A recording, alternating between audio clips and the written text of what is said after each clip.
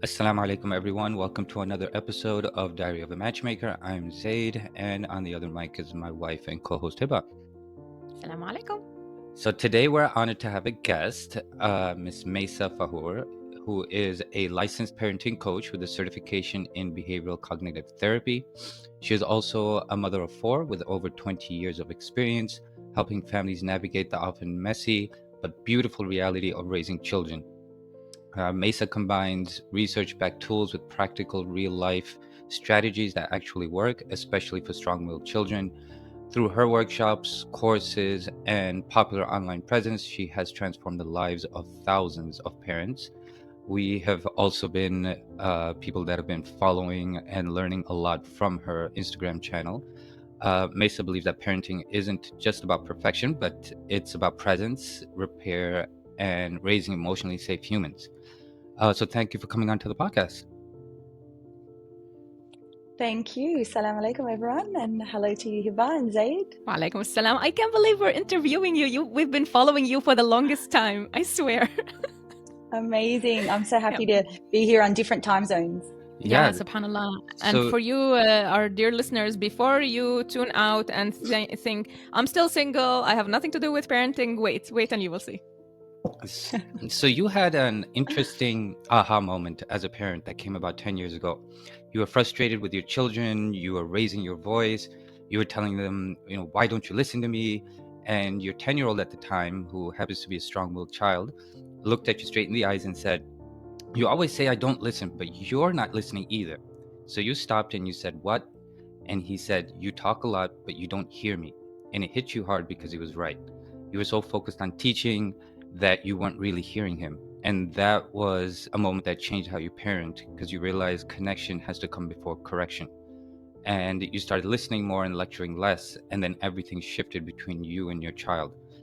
Anything else you can share about that moment that transformed your journey as a parent? Yeah, so I definitely remember that moment. It was about 12 years ago now. So that particular child is now 20. So him and I can definitely have, a deeper conversation about that now that he's an adult. But when I look back at, 20-year-old Maysaa, first becoming a mum and even, looking for marriage and getting into sort of that role of becoming a wife and a mum, I don't think I was equipped. I don't think that I was quizzed enough or taught enough. We need licenses to get a car. We need, certification to do any role in the world. But when it comes to marriage, when it comes to becoming a parent, we're kind of like, try your best and here you go. And I believe that the thing that came out from that moment now when I reflect back is I just didn't know how to be confident within myself. And so what ended up happening is a lot of control into trying to control these little humans around me. Gotcha. And that's interesting you brought that up, because it ties into something that we are big proponents of, and that's a hot topic, which is premarital training, preparing people to get ready for marriage. But you're also talking about like pre-parenting training, essentially, and teaching people the basic tools for parenting, which segues into my first question, which is, what do you feel that there's not enough of those courses out there available for parents, or for newlyweds that are looking to become parents, or people just thinking the same way that you kind of thought about parenting, which is it'll just come over time? Yeah, I would go as far as to say that it should be compulsory for all people going into a relationship, deciding to get married. Let's put having children aside, but just entering a full-time relationship, looking for marriage, especially in our culture and our religion, that you must learn about your inner child. You must learn about attachment theory. You must learn about the ego. I think these three topics must be compulsory for man and woman, because it's these three that form the foundation of why we are the way we are, why some people, generally men, avoid hard topics, and why some people, generally women, tend to nag about wanting something done or want to talk about something. And so we fall into this societal norm of calling the man, oh, he's just emotionless, and calling the woman, oh, she's a complainer or a nag. And so we put these two labels and that's it, we're done. But I'm proposing that we go deeper than that. Why? Why is the man or that person that is avoiding, why are they avoiding? And why is this person who's anxious, who's nagging, acting that way? And it almost always stems from your childhood. And this is why it's so important for you to learn about who you are, so that you don't continue the cycle into your marriage, because you will continue it. It's the only thing that you know how. And something that I learned very early on is, they say with the nervous system, a familiar hell is better than an unfamiliar heaven, meaning that when our nervous system comes across something that's new, we don't want that. We want to continue doing our patterns that we've always done, because this is what we find safe. Okay, so you're saying that our childhood experiences, we bring them up with us and like raising our children. So in your experience, like, can you give examples, I don't know, of a trauma that was lingering in a parent's life, and he or she brought it with them in the raising of the children? Oh, where do I start? Oh. I mean, every single thing is based on that. I have coached thousands, but I'll start first closer to home, myself. Mm-hmm. So essentially, I grew up as a obedient, good girl, followed the rules, didn't really ruffle a lot of feathers. And then I had a child who questioned everything, who found a loophole in every single rule, who would call me from school and say, but mum, the school handbook says you can get your phone taken off you if they see the phone, but my phone's in my pocket. Nobody can actually see it. Wow. And I was like, why are you like this? Just don't use the phone. And so what was happening is I was projecting my just stick to the rules and absolutely ignoring this child's reality. And so I'll jump a little bit here. And this is where a lot of people misunderstand me and think that I'm teaching them to say, oh, sweetheart, that must be so hard for you. Permissive parenting. No. Yeah. Correct. I do not swing to that. But what I do, and I've practiced this for 2 decades now, is I don't bring myself, my problems into this particular problem that my child is dealing with.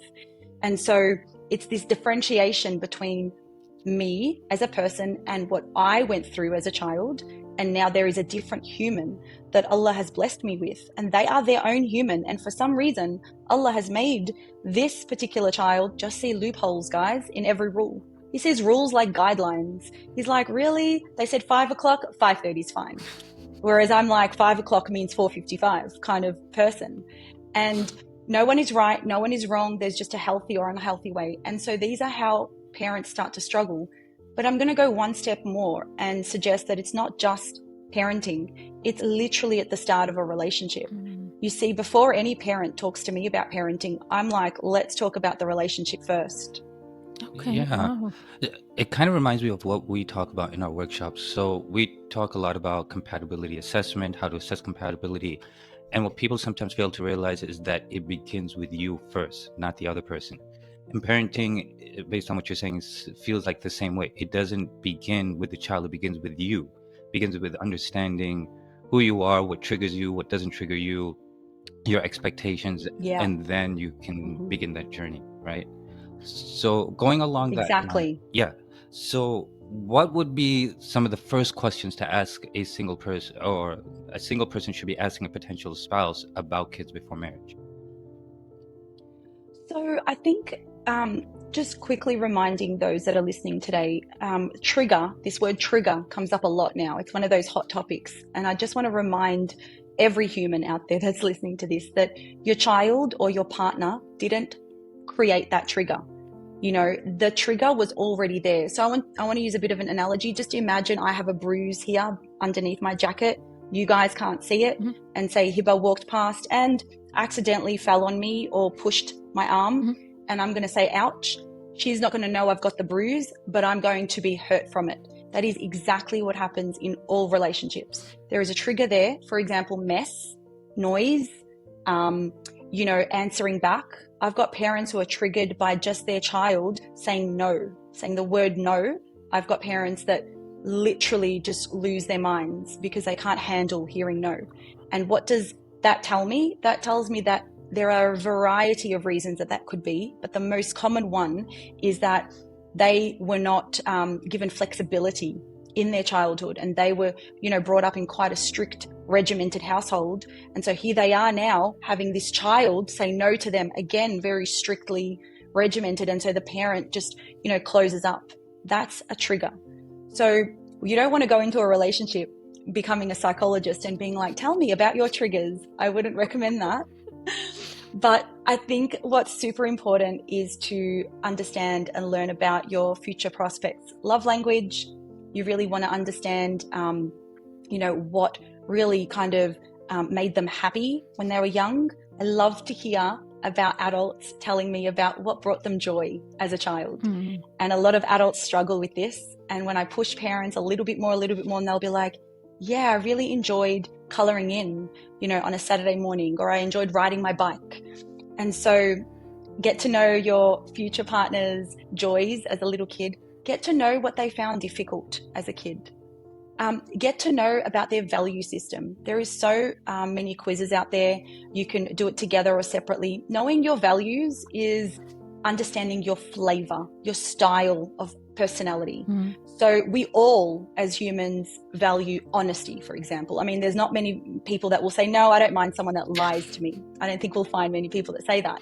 But for some people, honesty comes really high up on their priority list. And so they will take it very offensively if you don't tell the full story straight off the bat. Yeah. So value system, what they loved, what they enjoyed as a kid, their love language. I love to know about people's love languages. Okay, well, is it like a single Muslim right now listening is thinking like, all I care about right now is just getting married, finding someone, it's already hard enough. Do I really have to think about parenting? So how actually important is parenting compatibility? Like, can two people who have completely different parenting philosophies actually get married and have children? The short answer is yes, because children only need one emotionally stable adult or caregiver to become emotionally stable themselves, subhanAllah. So the ideal situation obviously is two parents. I worked once with a parent, a young gentleman who was raised by two parents who were unstable, but he had an amazing taekwondo coach that was with him for 13 plus years. Yeah. And this particular coach guided him, and he credits that. So humans need at least one adult that believes in them, that trusts them, that gives them. But for the sake of just simplicity for this podcast, my answer to you is, two people getting married with opposite parenting styles does not mean the end of a relationship. However, it does make it tricky. If you have two people on the opposite ends of the spectrum, we've got a permissive and we've got a strict, then you're going to find clashes. Of course you are. It's like even in a workplace environment, in any relationship.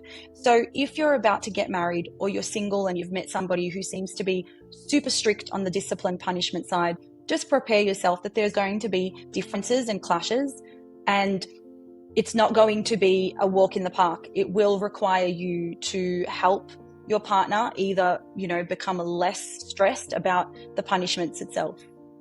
Okay, so what are the parenting styles out there? You said permissive, strict, and what else? Yeah, so there's permissive. The full term for strict is authoritarian. Okay. And then there is laissez-faire, like that kind of, almost on the same path hierarchy as a child. And then there's something that I call emotionally intelligent parenting. Mm. So it's this fourth category that I really strive for parents to aim for. Dr. Shafali calls it conscious parenting. There's all these words for it. Gentle parenting also has got a negative connotation with it, because unfortunately people think gentle means weak.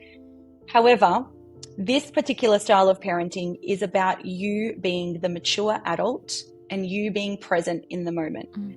So this requires a skill for when your child is having a tantrum because they want the blue cup, not the red cup. Mm. It requires a skill for the adult to remain an adult. And I know you both can think of a situation where I can think of tennis players who've lost it. I can think of adults in road rage, right? Yeah. So I'm not talking about parenting only. Adults require practice to hold their emotions, not forget them, not dismiss them, but control. And this is a skill set, guys, that I don't think we're taught enough about. Control your emotion, but not meaning, yes, walk all over me. Okay. I'm glad you mentioned meltdowns. I actually work at a childcare center, so I work with infants, toddlers, and preschoolers. It's a Montessori school. So I'm a CASA trained teacher, so I see a lot of what you're talking about. But I love to talk a little bit about meltdowns. And so a child, for example, wanted the blue cup, but the child got the red cup, and they are just losing it. What, as an educator or parent, should they be doing in that moment? Yeah, I love this question because it actually allows me to talk more about thinking of the situation like you've got options, okay? And so it requires you as the adult to decide which option am I going to take. So we're going to take your example. Can you get the red cup? Is it possible you've given the blue cup, but there is a red cup and it's like a meter away? Is it going to break the bank to get the red cup? If you can, go get the red cup and hand it to the child with joy. Okay, mate, no worries. Here you go, in full Aussie dialect there, and give them the red cup. Let's say you can't give the red cup for whatever reason. It's in the dishwasher. There is no red cup. Somebody else has got the red cup. Red cup is not available. So then you are required now to make a secondary decision. What can you do to help the child through this moment? For us as adults, we're like, are you kidding me? It's just a red cup. Because we have got a mature brain, inshallah, and we know that this is a very small problem compared to what we know in life experience. But for your 3-4-year-old Montessori kids, Zaid, that is the end of the world for them because they don't have life experience. So our role is to kind of go, hey, I'm really sorry that you can't have the red cup, but I would love, and here is where I would insert something to help them through it. But I would love to sit with you and I'll drink out of the blue cup too, and you drink out of a blue cup. Or I would love for you to wait 5 minutes and I can get you the red cup. Or, do you want to get the green cup? Do you want to pour your own juice in the cup? We want to help the child through that moment, not because we're spoiling them, but because it's a fundamental aspect of human nature to help somebody through a hard time. If I've entered a nurse's office to get my blood taken for a blood test, and I'm looking a little bit uneasy, generally speaking, the nurse isn't going to say, now, Maysaa, come on, you're 42 years old. Just look at the needle, look at the blood coming out.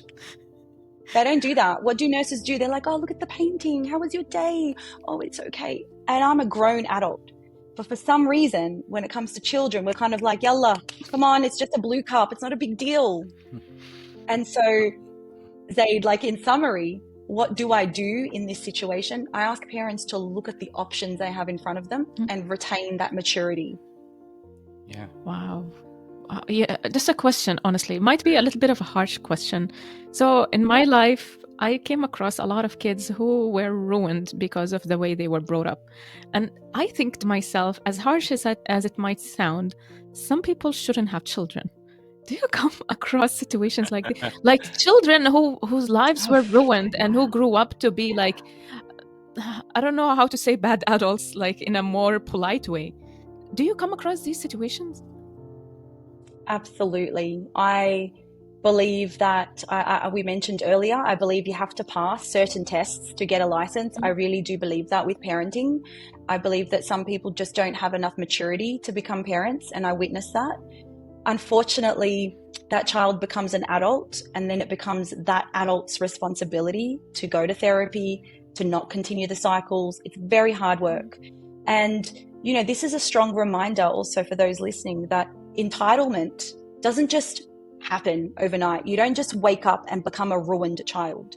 Okay, I'm going to go into some really deep things here, but no child wakes up and is suddenly spoiled. No child wakes up and suddenly decides they don't want to be here anymore. These really deep things. No one wakes up and says, I want to, treat my parents badly. I don't want to stay in the religion. I want to hurt my brother. All of these really big topics. No child wakes up just suddenly one day and does that. There is a build up, guys. It is a build up. There is evidences. There are hints. No human gives no hint. Everybody gives a hint. And eventually, after X amount of hints, the child reacts. Now, obviously, the younger the child, the faster the reaction, hence why they'll, swipe the cup away quickly. Yeah. But your 15-year-old who is locking themselves in the room because they don't want to come out, That didn't happen overnight. You have to check in on what's going on for this kid.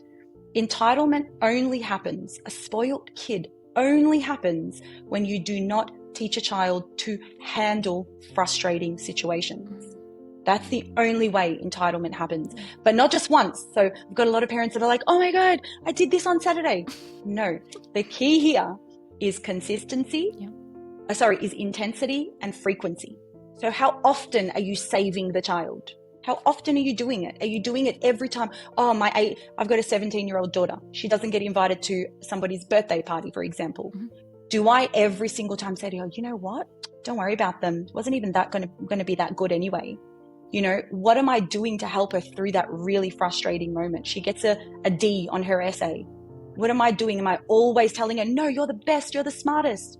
That's how we raise entitled children. It doesn't just happen overnight. And so when your child is going through a tough moment, it's a fine balance between resilience and helping them.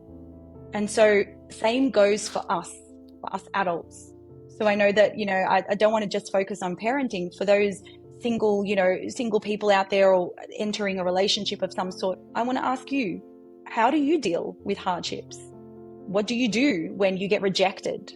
Because that is most likely how you're going to handle it with your kid. Beautiful, beautiful. So from that question, this reminds me of another question that was on the list of questions.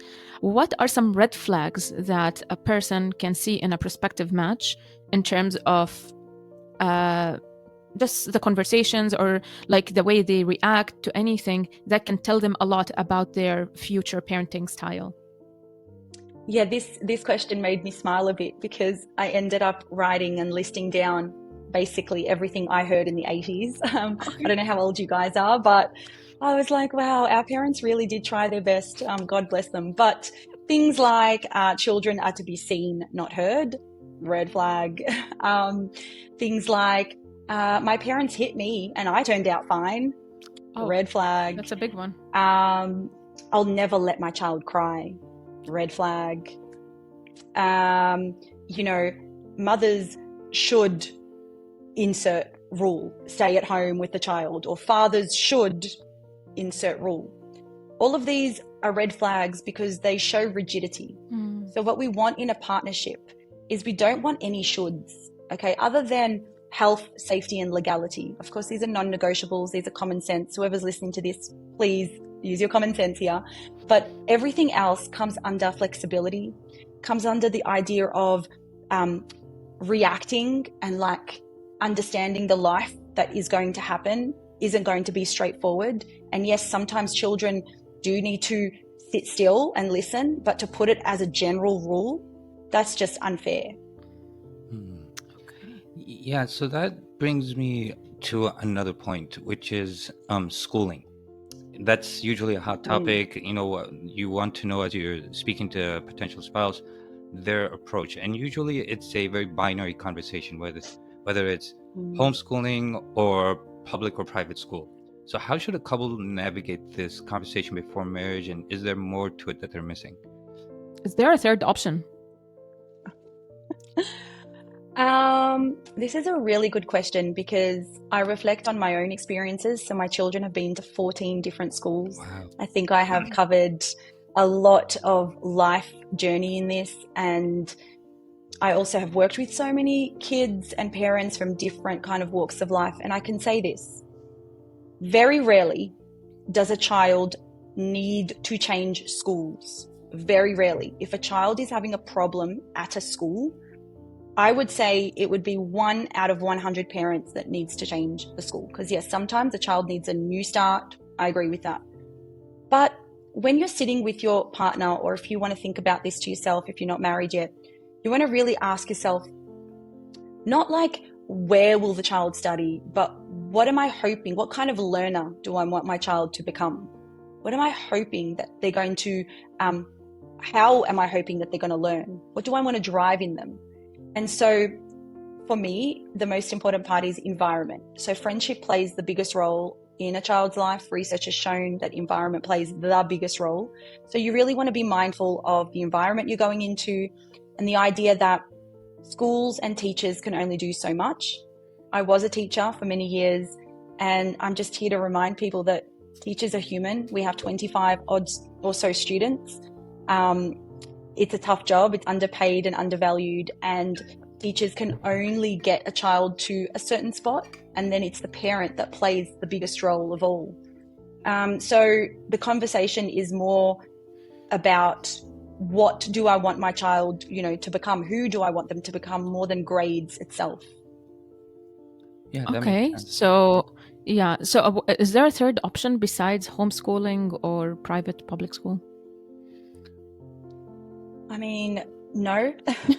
I think that there are a few programs that I've heard that kind of do a bit of both. I know that here in Dubai, we've got some programs where you can go into a school kind of setting part-time, but then also work at home. Essentially, look at yourself. Look at yourself. Can you handle homeschooling? Are you that type of person? How's your scheduling? How's your organization? What are the ages of the children that you have? What are you trying to do? If you're trying to shelter your child from topics that you don't want to deal with, then that's a very, very deep thing that you will have to work on, because eventually that kid will grow up and want to know about that topic, that stereotype that you don't want them to know about. Yeah. You mentioned when you were talking about red flags, one of the red flags is statements like the mother should always da-da-da, or the father should always da-da-da. What about like gender roles? Are there like fixed gender roles when it comes to parenting, or is it more of a flexible matter? Yeah, so this question has always played on my mind. I've got 3 boys and 1 girl, and I always like to think of the way I parent them is based on their personality more than their gender. So I often get questions like, oh, it's harder raising girls than boys, isn't it? And I don't agree with that. I mean, sometimes by coincidence, it might be, but it's got to do with character, because you can have a strong-willed, determined, break the rule kind of girl, and you can have an easygoing, obedient boy, and vice versa. So you want to look at the child you have in front of you. What kind of child do you have in front of you? Do you have somebody that is open to listening? Are they going to follow the crowd? Are they going to not think for themselves? Because even though I touch a lot on the strong-willed child's, we can call them challenges or negatives, the strong-willed child will never bow down to peer pressure. So hand on heart, I can easily say when my son, would go out, he didn't do anything that he didn't want to do. Whereas I've got another child, for example, same gender, they will do something they don't want to do to follow. And so what's important with gender roles is to ask, like, who is this child in front of me? What do I need to help them with? Not just, oh, they're a girl, so I need to teach them modesty. That topic is for both genders. Yes.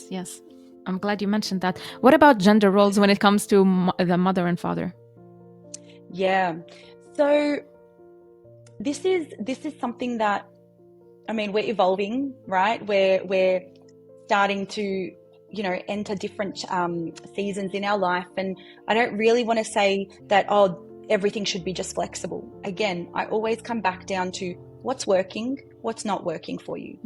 More than you are the mum, therefore, right? Or you are the dad, therefore. We really want to maintain the level of reality.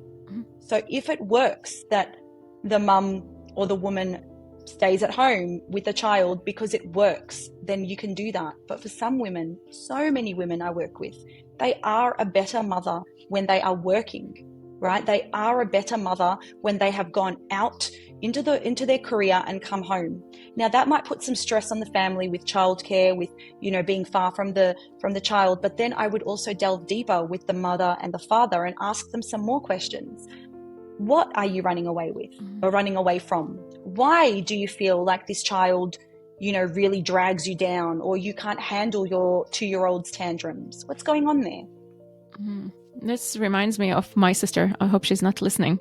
She has a beautiful boy and girl, and she works so much, like sometimes 10 hours a day or something. And when she gets home, she's tired, she's exhausted, understandably. And she has a very strong-willed daughter who wants attention and who wants to be loud, but she doesn't have energy for her. And then we're noticing like she's developing some behavioral issues that were not dealt with. I hope she doesn't take them on like to her adulthood or something. So, yeah. So, I mean, this is when I would sit with the adult and we would do a full look at your schedule, well, not yours, but at the person's schedule. Yeah. And really, you know, I work with a lot of men about this as well. I know this is very gender stereotype, but I often work with men and women, and I say, okay, so that half an hour of you taking your time and having, you know, a dinner alone and then coming home, honestly, I've made them time it, right, guys? Bear with me so I explain this. I said, you come home at 7 o'clock and you're buggered, you're tired, you can't be dealing with anything. And for 1 hour, it's this fighting happening between you and the kid, and you can't be bothered, and you're tired, and you're hungry, and you're all this stuff. So that's 1 hour minimum. If you've got a strong-willed kid, they can go for 2. Now, you finish at 7 at work, and you stop by the local cafe, or you go to the gym, or you call your friend from the driveway, and you take half an hour or 1 hour to do whatever you need to do, and you calm down, you get your cortisol down, right? You get your blood sugars right. You take off your shoes, your heels. You're helping yourself regulate. Now, when you come home, true, you don't have a long time, but you've walked in more regulated. So now that 2 hours that you just wasted, well, guess what? You've got another hour now to do your thing. And the harsh reality is this, and I can't sugarcoat it any more than this, but your kid did not ask to be born. They didn't ask to be born. They don't know. They don't know that you've had a long day. They're just like, yay, the greatest person in the world has walked through the door. So I'm going to give them so much stress because I want them to give me so much attention. And by the way, fun fact, adults do it too. Oh, yeah? We do it. Yeah, we do it to our partners all the time. We do not say when we're stressed, oh, hello, dear partner. I'm so glad you're home. I'm feeling really undervalued at the moment. So can you please give me some space? No, we're like, you're home now? Oh. Yeah. We do that. And then the partner's not going to go, wow, it sounds like you're really stressed. No, the partner's going to go, do you know what kind of day I've had? And this is what I'm coming home to. I'm not going to come home anymore. And so on. And so all that I'm saying to people listening to this is that adults are little children inside our bodies. Yeah. We do the same thing. Yeah. There's some laughing, Hiba. Yeah, because I just can think of an incident or two where we had similar situations. I can also, yeah. Definitely. Yeah. For example, guys, when they're hungry, they can't be bothered to do anything or talk about anything. Nope. That's it. Yeah. So I think a legitimate fear that comes to many single Muslims' minds is, especially Muslims living in the West, is keeping their Islamic identity alive while raising children in a secular environment. And especially in a time where they're trying to separate between gender and sex, and there's all this kind of confusion happening. And I don't know what it's much like in Australia or in Dubai, but do you think singles need, what do you think singles need to prepare for in this unique challenge before they marry? Yeah. Fear less. Concentrate on your home life. I can't say this enough. And I don't say it to be this kind of liberal, let's just blend in, to the society. I say this from a development point of view. I say it from a psychological point of view. If we just concentrated more on our home life, things would be so much better. So let's take, for example, talking to our children about different genders that's coming up and this topic that might come up in lots of schools. I mean, in Dubai, we're a little bit more sheltered, but it's there wherever you are in the world, especially in the Western world. I completely appreciate that. The idea isn't to bombard a child with information. It's not to, get yourself riled up and stressed out about it. The idea behind any difficult conversation you're going to have, and you will have many with your partner, with your children, you will have many difficult conversations. The idea is that you have to be confident in yourself first. So before I go in and have a chat with my kid about this hard topic, I'm not going to go in there and be like, oh, look, I don't know, but I really think that this is the right way. Do you know what Allah says? You're not going to go in there like that. You're going to prepare yourself and ask yourself, what is my point? What point am I trying to put across? And how much can I control? How much can I control as the parent in this life? Yeah. Because you can't control your friend's kid's phone device usage. Yeah. Can't do that. Yeah.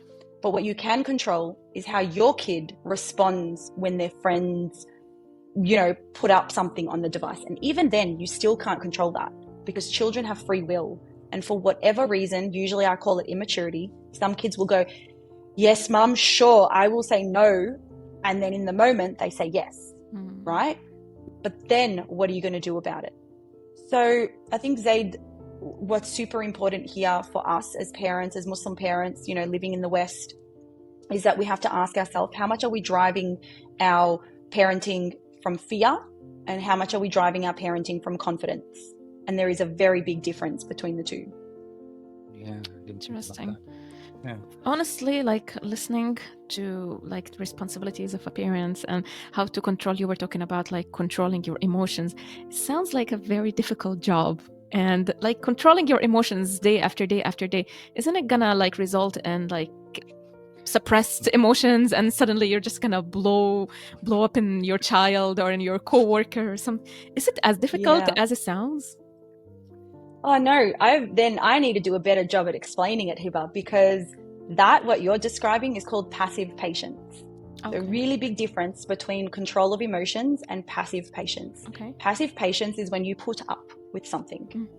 Okay, he's yelled at me once and twice, didn't want the blue cup today, doesn't want the green cup then, the sister hit the brother, right? You're going to blow up. If you don't blow up, I'll be really worried because humans blow up. Yeah.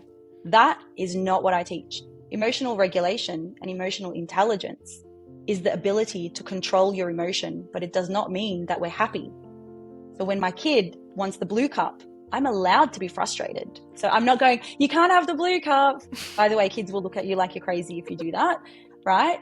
Instead, I can even say, hey, I'm really frustrated. I offered you the blue cup and you want the green cup. The green cup's in the dishwasher. Again, age appropriate. Obviously, you don't say this to a 1-year-old. Yeah. However, I want to cast your mind to something else that might help you, Hiba. Okay. Would we say the same thing to a PT who every day for the last 1 year has gone and done pull-ups? Those really hard things to do.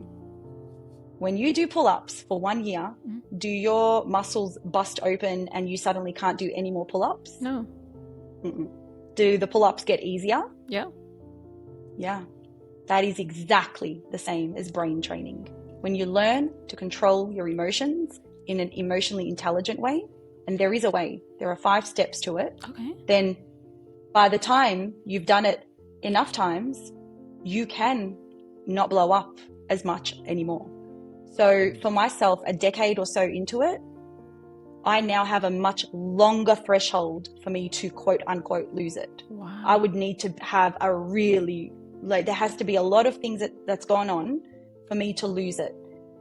And if I am losing it very quickly, then I need to touch on myself physiologically. So asking myself, have I had water? Have I had sleep? Have I eaten? And have I had any kind of connection, any love? They're the 4 things that humans need. Other than that, it would take a lot for my child to push those buttons. Seems like a crucial skill every parent should have, honestly. Yeah. Absolutely. Sure. Emotional intelligence is the thing that needs to be compulsory before you become, before even parenting. We need to be practicing this thing from a very young age, but they just don't teach it in schools. Now they're getting a lot better, don't get me wrong. Yeah.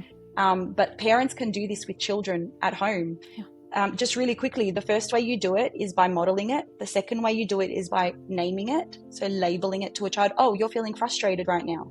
The third way you do it is by teaching the kid what to do with that frustration. We don't want to teach them to punch a hole in the wall, but we want to teach them to take deep breaths.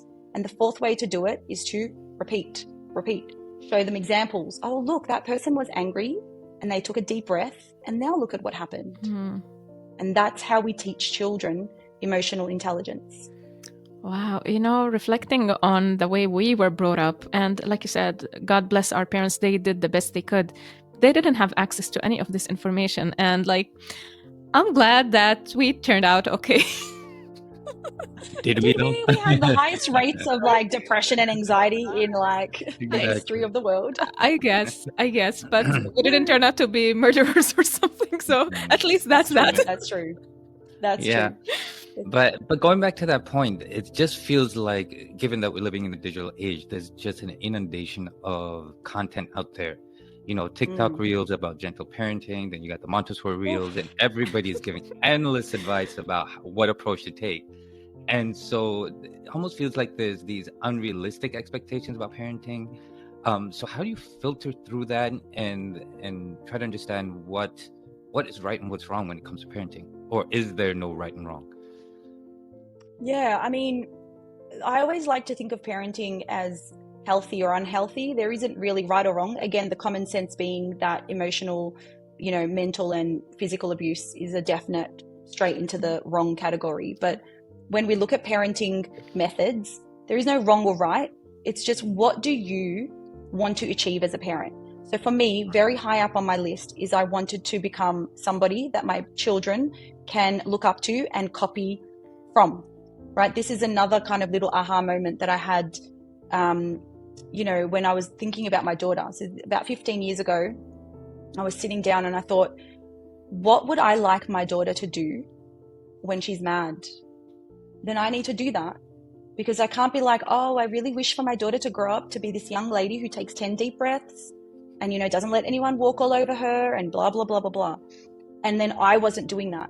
So we really need to ask ourselves the question of, am I modeling it? So back to social media, I have a firm belief that over-intellectualization is a thing. I don't know if it's a thing. I haven't done thesis work on it, but it has to be a thing, because do you know how many self-help books people own? And so what I suggest and recommend to parents is that you can't go past good enough parenting. So what does that mean? That means that we want to aim to live in the present moment and not just keep trying to understand why. Like, why am I like this? Why did my parent do that? Why did my dad do that? And I push and I challenge parents that work with me to start to think outside of the box of why, and more about, okay, what can I do?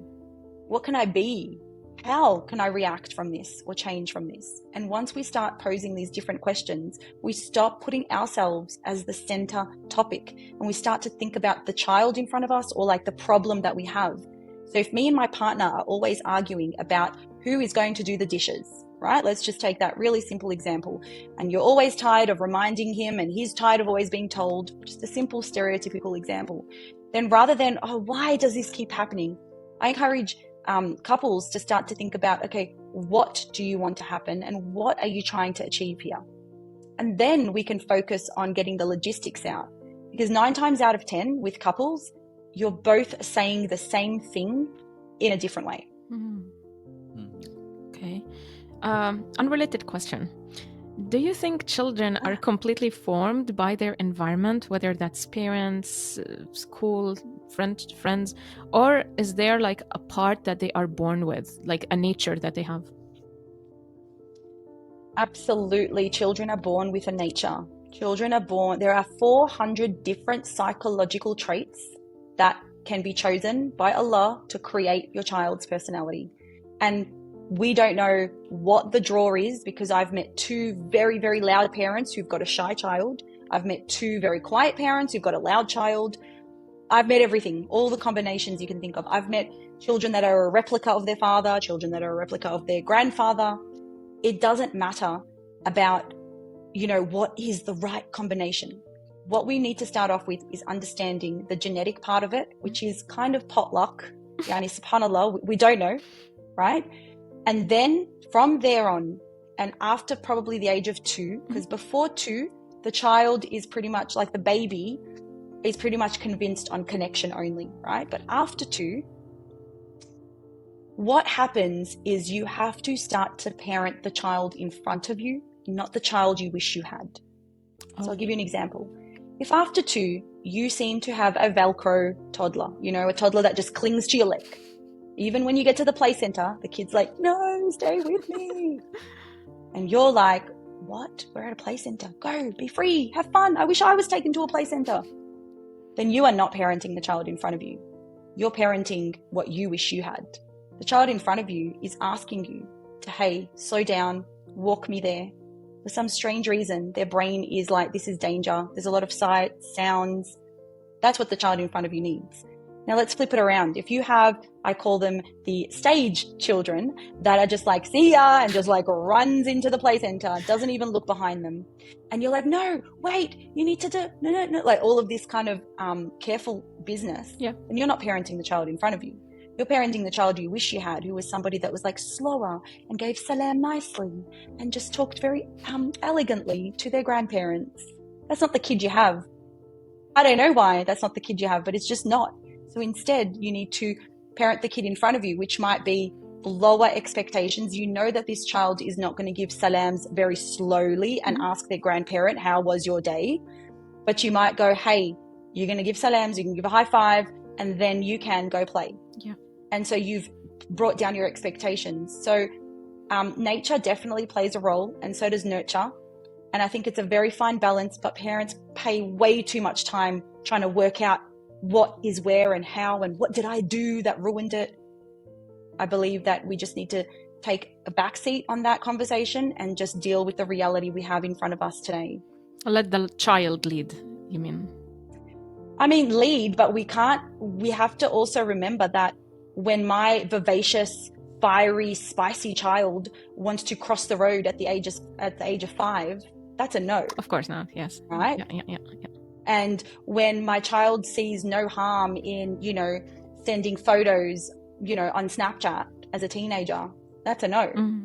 So what we're doing here is we're going, oh, right, this kid loves to be social. This kid loves to be independent, but there are rules in place that I am in charge of.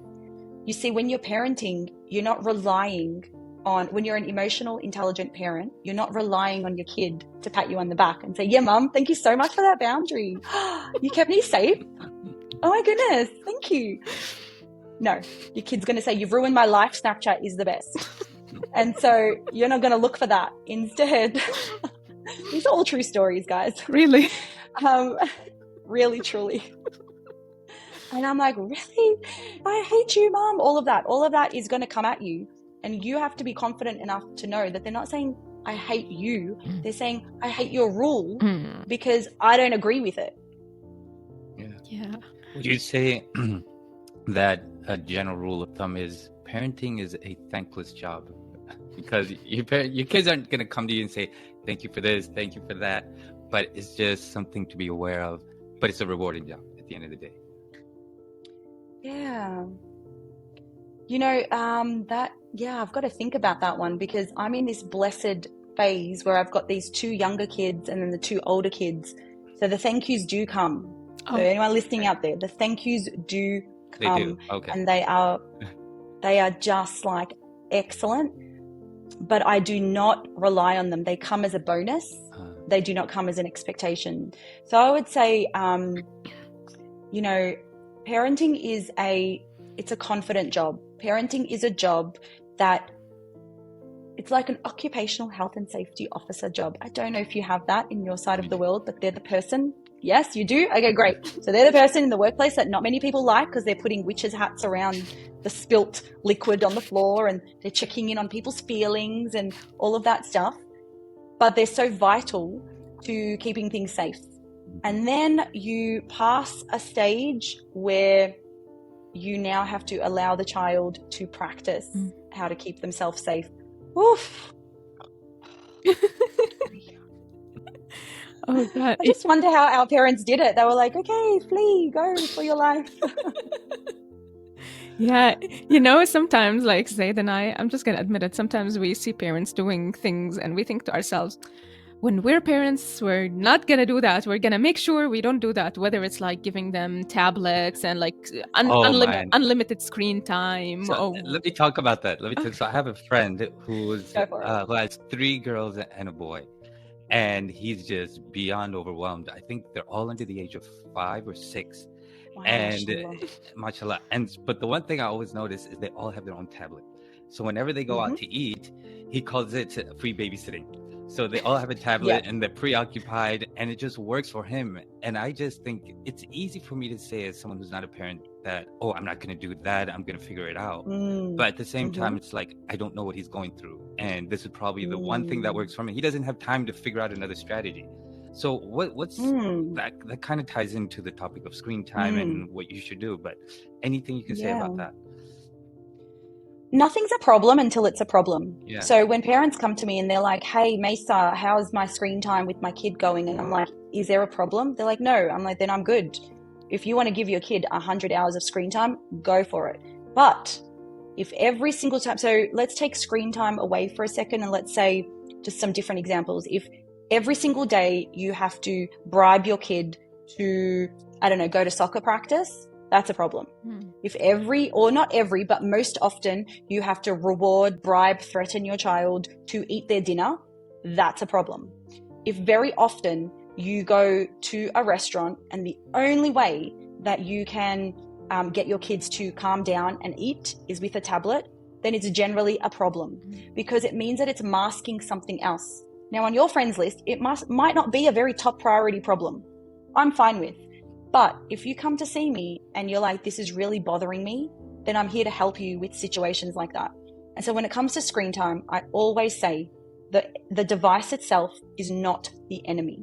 It can't be. Look how wonderful devices are. Look what we're doing together today. Yeah. Devices in and of themselves are brilliant. But the difference between medicine and poison is the dosage. So what is the kid doing on the device and for how long? Because my daughter Google meeting with her friends for 2 hours is very different than her playing Call of Duty for 2 hours. It's a very different, brain thing that's going on. Yeah. So you want to be very precise about the thing that we're talking about. So screen time, I would be asking you, if you came to me, I'd be saying, okay, when is it being used? How's it being used? I sometimes tell parents, the kid's not at fault. Change a password, hide the iPad. Sometimes I go to work and I take the TV remote with me. No way. Because I know that absolutely. Because I know that my little child whose brain is this big cannot help themselves to the temptations, guys. Think about us as adults. Can we help it when we're scrolling? Sometimes we can't. So why would I risk this particular thing happening? Now, if I have to every time take the remote with me to work, then there's a problem. And also, am I choosing my battles? So this is the beauty with parenting.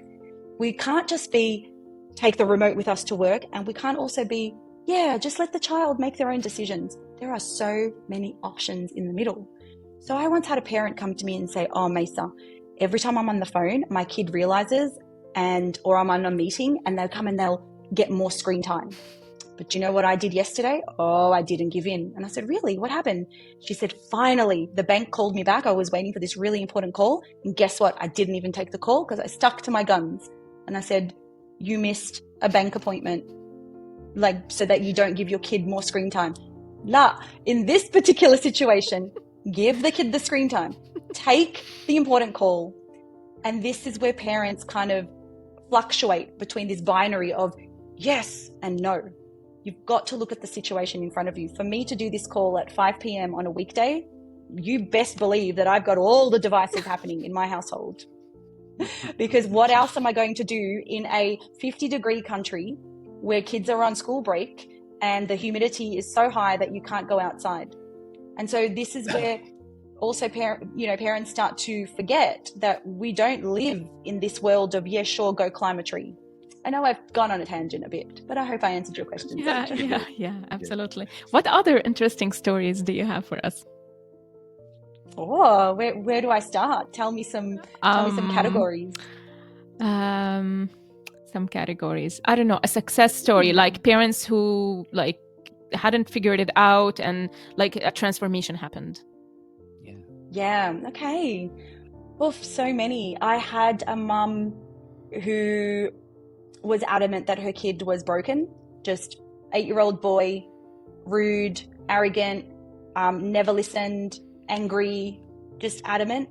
And she worked with me for 3 solid months, because going back to that thing, Hiba, where going back to that thing where you can't just solve something in the one sitting, like the same thing with the pull-ups. Yeah.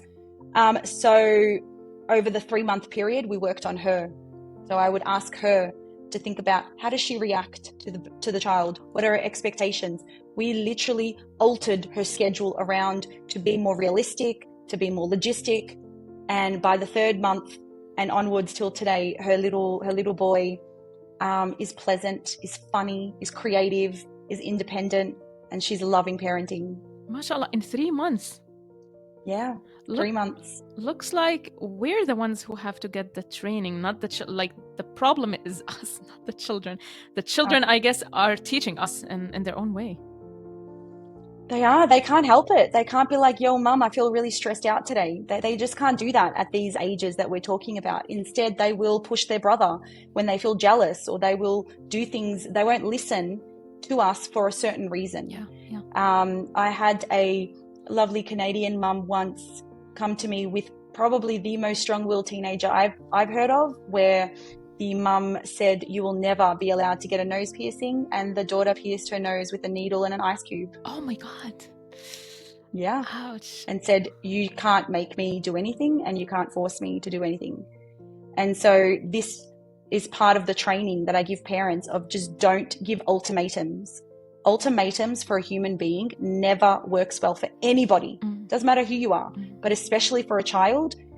The child is going to choose the other thing. Yeah. It never works out well. Even if the kid says to you, okay, I'll say sorry, they're going to do something else later because the problem hasn't been solved. Yeah. So it's not like, say, yeah, sure, you can get a nose piercing. It's just don't give the ultimatum.